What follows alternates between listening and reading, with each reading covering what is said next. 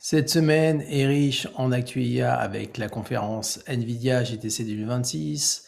On a un humanoïde qui fait du tennis. On a des nouveautés dans tous les sens. La génération de vidéos ultra rapide, Minimax 2.7. On a un nouveau modèle de génération d'images. On a NVIDIA avec le modèle DLS 5. On a des nouveautés NVIDIA dans tous les sens. Alors, n'hésite pas à mettre un petit like, un petit commentaire. On se retrouve tout de suite dans la vidéo. Et on commence cette revue d'actualité avec l'outil de Google Stitch, l'outil surpuissant pour faire du vibe design, créer des maquettes à la volée. Ils ont sorti des nouveautés. Ça fait partie du Google Labs en expérimentation. On va pouvoir faire du Canva natif, faire des agents de conception intelligents, diriger les maquettes avec la voix, faire des prototypes instantanés et aussi diriger avec un fichier design.md qui va nous permettre de donner des bonnes directives à l'agent. Et j'ai fait une petite démo. J'ai utilisé l'outil Stitch disponible dans Google Labs. Et tu vois que j'ai créé un prototype à la volée. Tu peux interagir. Je te montre que j'ai fait un petit prototype, une petite app qui permet à partir de la photo d'un plat, de donner les calories. Et il m'a sorti les écrans. Là, tu vois, je peux faire le preview. Tac, prendre la photo. Ici, j'ai les écrans. Je peux imaginer un nouvel écran.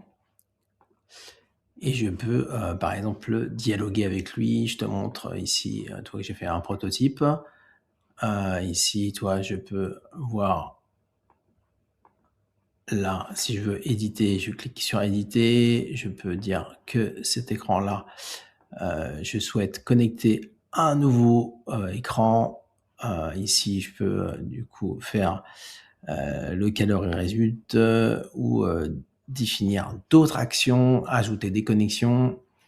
Je peux également améliorer le design. Par exemple, je peux, voilà, je vais revenir sur le prototype. Ici, je peux dialoguer en temps réel, en live démo avec la voix. Hello, tu m'entends? Alors, il te parle en anglais, mais tu peux lui parler en français. Tu parles français?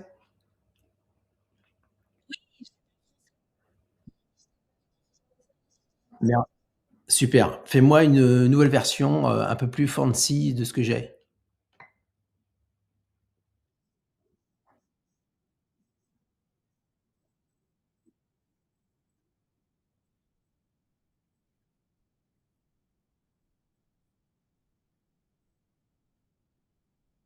Je te présente les nouveautés. Tu vois que l'agent peut permettre de créer des prototypes, des maquettes, des polices différentes. Tu vas pouvoir itérer sur différents designs. Ici, voilà, tu vas pouvoir mettre différents styles. New landing page from scratch. And yes, Tu you vas can pouvoir find me créer une landing page, un design, créer un prototype à la volée. Tout ça dans Stitch. Allez, on va voir ce qu'il m'a fait. On va zoomer pour que je te montre un peu plus.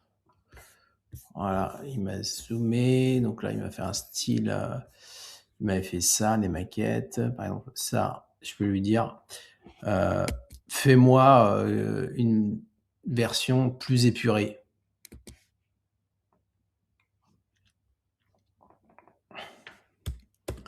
Fais-moi une version plus épurée de cet écran. Là, tu peux choisir le modèle. Là, 3 plans, on prend 3 plans flash. 3.1 Pro. Là, du coup, il travaille. Tu as différents modèles. Tu peux utiliser la voix, le mode live preview. Ici, tu peux générer plusieurs variations de l'écran. Je clique là. Là, ils me mettent jusqu'à 3 versions. Tu peux faire 3 versions de cet écran-là. Et tu peux lui dire quoi changer.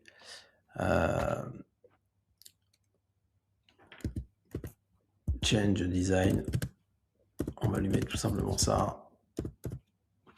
Et on va mettre le 3 Pro. On peut faire un redesign avec Nano 1 Banana Pro ou 3.1 Pro. Allez, on va mettre 3.1 Pro. Sur le design, là, il m'a généré l'écran d'une version plus épurée. Tu vois qu'il est en train de générer l'écran. Et là, tu peux prompter ce que tu veux. En attendant qu'il prompte, on peut lui dire de faire 3 versions en même temps. Il va me les faire automatiquement. Voilà. Voilà, tu vois, il m'a fait une version un peu plus épurée de ce que j'ai ici. Donc, ça va te permettre d'itérer beaucoup plus facilement et rapidement. Et tu vas pouvoir ensuite exporter ton code et tu vas pouvoir... là, forcément, j'ai aucun écran de sélectionné, mais si tu veux, tu peux sélectionner tes écrans. Par exemple, tu peux sélectionner tous tes écrans là. Et je suis en train de lui faire 3 trucs en même temps. On va laisser travailler.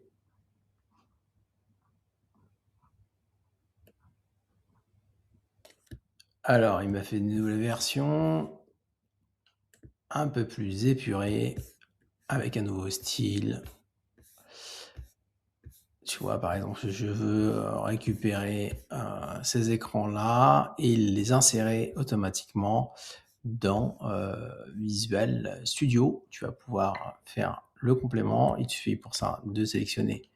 Tu peux sélectionner ces écrans-là, de les exporter directement dans iStudio, dans Figma, dans Joule, dans un MCP. Tu peux créer un brief de projet et tu peux le coder aussi dans iStudio pour pouvoir créer le back-end et créer ton application complète, puisque c'est la deuxième actualité du jour, de la semaine, avec Google iStudio qui maintenant permet de faire du code full stack. Donc ça veut dire une application complète.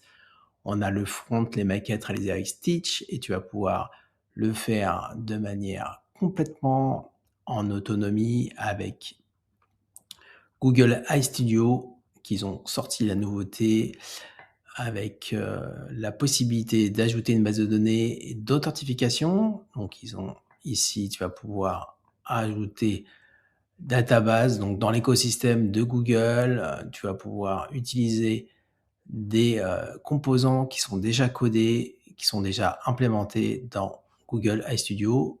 Là, par exemple, je te montre l'export. Tu peux exporter ces écrans-là. Il suffit pour ça d'exporter. Tu fais iStudio compiler.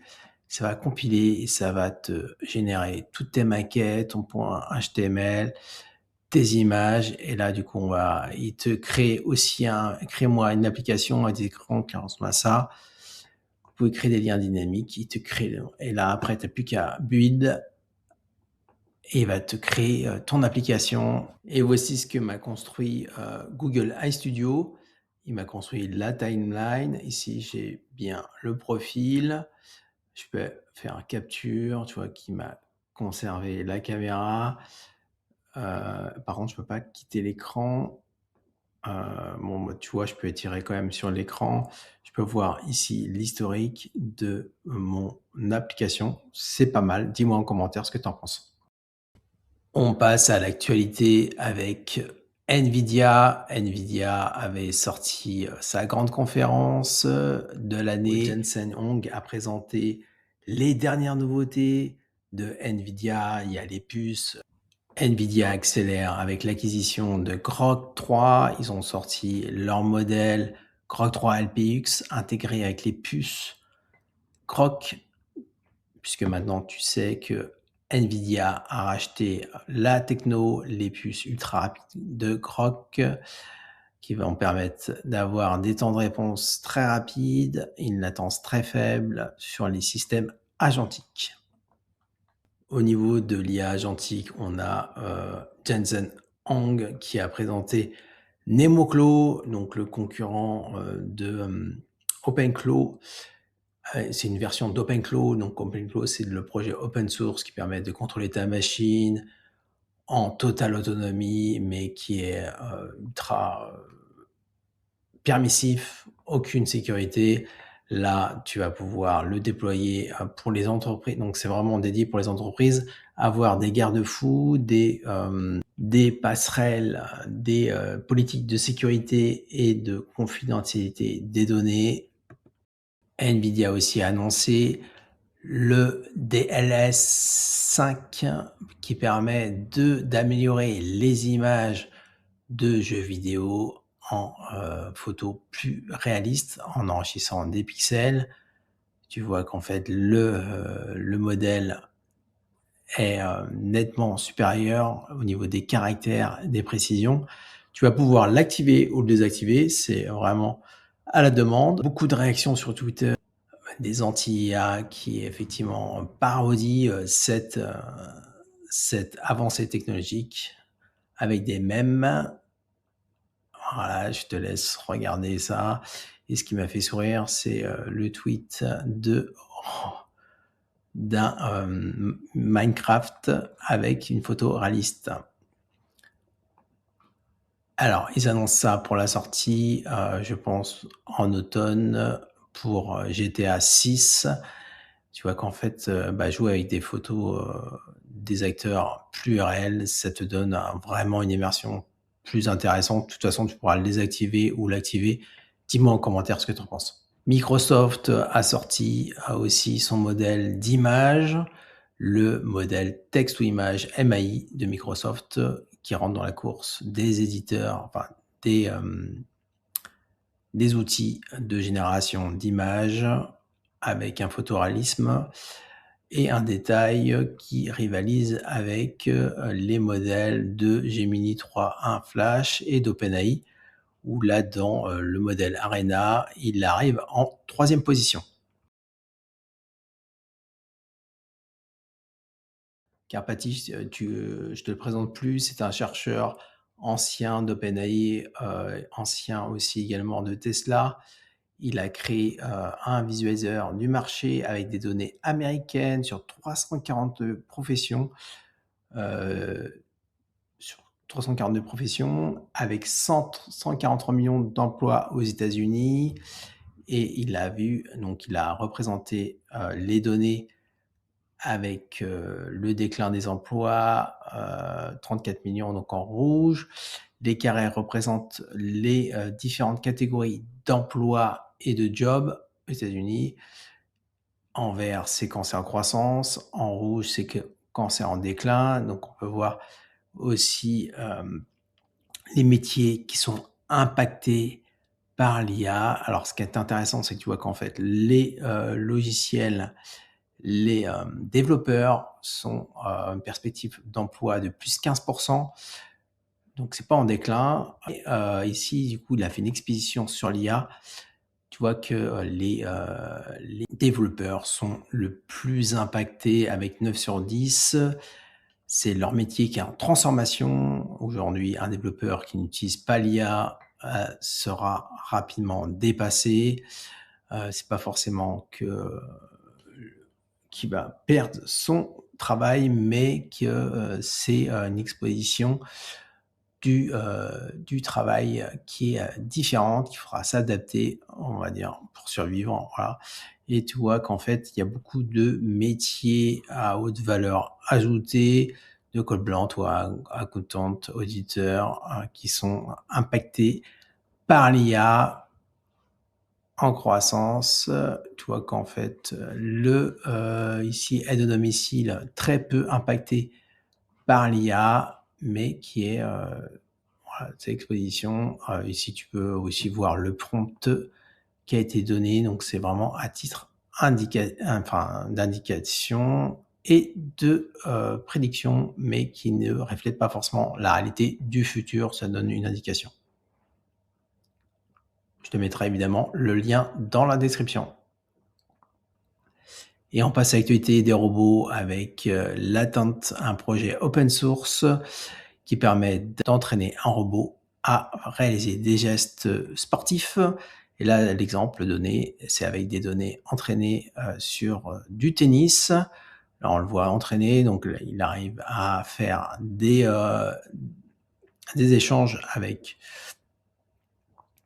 un certain nombre d'entraînements et de jeux de données, de jeux vidéo, en fait, avec des revers à coups multiples, avec il s'entraînait à partir de vidéos, avec un monde virtuel, et ensuite on lui a enseigné directement l'entraînement des jeux de données sur l'humanoïde pour pouvoir établir un jeu en solo de simulation. Il a appris les gestes.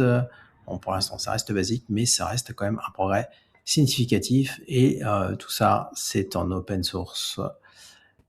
On parle de modèles encore, Minimax M2.7, le premier modèle, le modèle qui permet de s'auto-évaluer et d'apprendre de ses propres tâches. Il participe activement à sa propre évolution.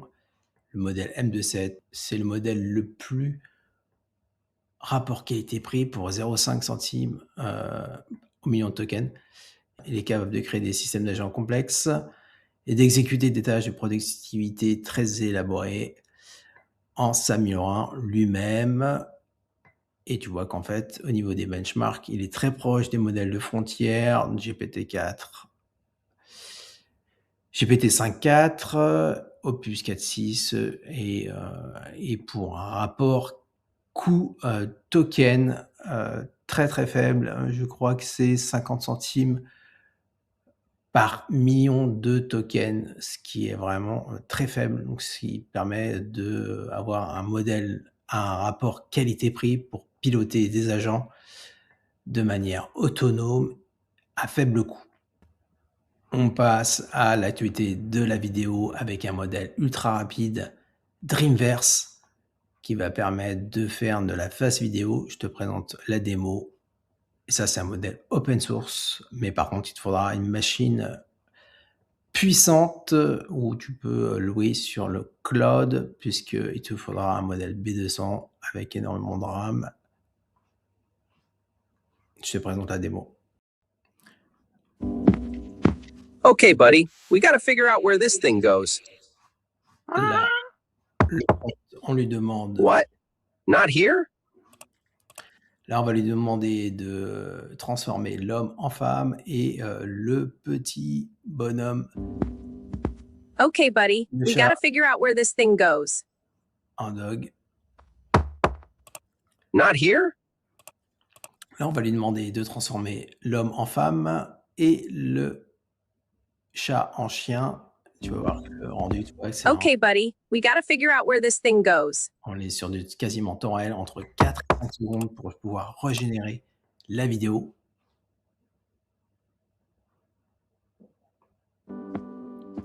Okay, buddy, we Là. gotta figure out where this thing Voilà. goes. Là, on va pas... The on va requisition passer en says mode- 12,000 ceremonial capes. We don't on va even have passer en cloth mode physics. Lego. Là, on va le faire The extendre. requisition says 12,000 ceremonial capes. We don't even have cloth physics. Là, Come en on, modèle biscuit, this Pixar. way. Et on est sur quasiment du temps réel. Bon, forcément, il y aura forcément des hallucinations, Come on, mais ce qui biscuit, va this way. permettre d'itérer beaucoup plus rapidement. Et tout ça, c'est un modèle open source. Mais pour ça, il te faudra une grosse machine. Et là, tu peux faire la démo. Ici, tu as une démo. Tu vas pouvoir le faire ici. Là, c'est du temps réel. Je n'accélère pas. Okay, buddy, we got to figure out where. On va lui dire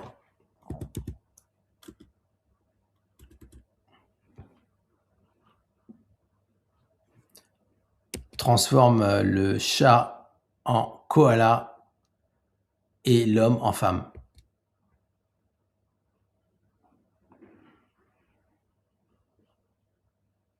Là, c'est du temps réel, je n'accélère pas. Voilà la vidéo. C'est bien. Okay, buddy, we gotta figure out where this thing goes. Tu vois que la What? vitesse, tu vois que la vitesse est quand même assez rapide et c'est du temps réel. J'ai pas du tout accéléré les vidéos. Et OpenClaw fait des petits avec des compétiteurs, donc des compétiteurs, des concurrents. On a Perplexity qui avait lancé Personal Computer. Maintenant, on a NVIDIA avec Nemoclo, mais qui est plus pour dédié aux entreprises. Anthropic avec son Cloud Cowork, et Meta et Manus avec My Computer qui ont sorti. Tu vas pouvoir l'installer sur ta machine et trier tes fichiers de manière locale. Tu vas pouvoir aussi créer une application avec Python, Node.js, Swift, Xcode, ce qui va te permettre d'exécuter des commandes CLI, des commandes en terminal. Il va pouvoir exploiter aussi ton GPU en local qui n'est pas utilisé. Et Cloud Cowork, lui, de son côté, a lancé Dispatch qui permet de piloter à distance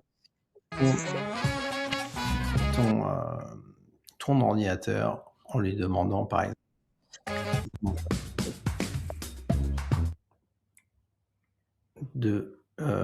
demander des points clés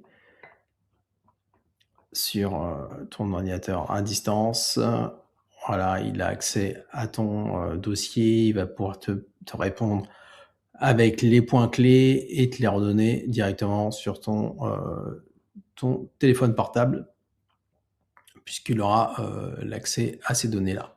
Voilà, c'était tout pour cette revue d'actualité de la semaine. N'hésite pas à mettre un petit like, un petit commentaire, et on se retrouve pour la prochaine vidéo.